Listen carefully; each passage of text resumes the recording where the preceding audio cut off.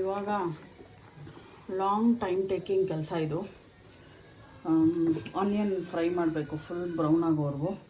ನಾನಿಲ್ಲಿ ದೊಡ್ಡದು ಒಂದು 5 ಆನಿಯನ್ಸ್ ತೊಗೊಂಡಿದ್ದೀನಿ. ಅದನ್ನು ಬ್ರೌನ್ ಆಗೋವರೆಗೂ ಚೆನ್ನಾಗಿ ಫ್ರೈ ಮಾಡಬೇಕು. ಈ ಡಿಶಲ್ಲಿ ಅದೇ ಟೈಮ್ ಟೇಕಿಂಗ್ ಕೆಲಸ ಇರೋದು. ಆ್ಯಡ್ ಮಾಡ್ಕೊಳ್ಳೋಣ.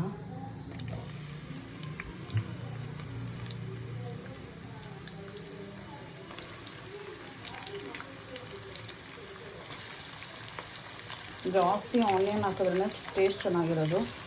ನಾನು ಇವಾಗ ಗ್ರೇವಿಗೆ ಕಾಯಿ ಎಲ್ಲ ಏನೂ ಹಾಕಲ್ಲ, ಮೇಯ್ನ್ ಇದಕ್ಕೆ ಆನಿಯನ್ನೇ. ಇವಾಗ ನಾನಿಲ್ಲಿ 1 kgಗೆ ಹತ್ತತ್ರ ಒಂದು 300-350 ಗ್ರಾಮ್ಸ್ ಅಷ್ಟು ಆನಿಯನ್ ತೊಗೊಂಡಿದ್ದೀನಿ. ಇನ್ನೂ ಜಾಸ್ತಿನೇ ಇದೆ ಅನ್ಸುತ್ತೆ. ಆಗಲಿ ಅಂತ ಒಂದು ಸ್ವಲ್ಪ ಉಪ್ಪು ಹಾಕ್ಕೊಳ್ತೀನಿ ಅಷ್ಟೇ.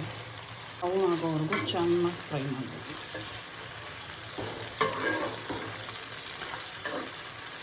ಇದನ್ನು ಬಿಟ್ಕೊಳ್ಳೋಣ ಆಗೋದಕ್ಕೆ. ಆ ಕಡೆ ಮಟನ್ ಬೇಯ್ತಿದೆ.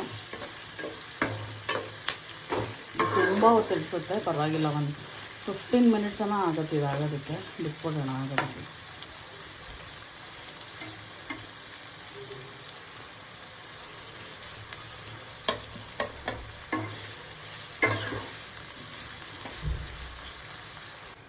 ಸೊ ಇದಿಷ್ಟು ಬ್ರೌನ್ ಆಗಬೇಕು. ಇವಾಗ ಇದನ್ನೊಂದು ಪ್ಲೇಟಿಗೆ ತೆಗೆದಿಟ್ಕೊಂಡು ಬಿಡ್ತೀನಿ ತಣ್ಣಗಾಗೋದಕ್ಕೋಸ್ಕರ. ಯಾಕಂದರೆ ಇದನ್ನು ಮೊಸರು ಹಾಕಿ ರುಬ್ಬಬೇಕು.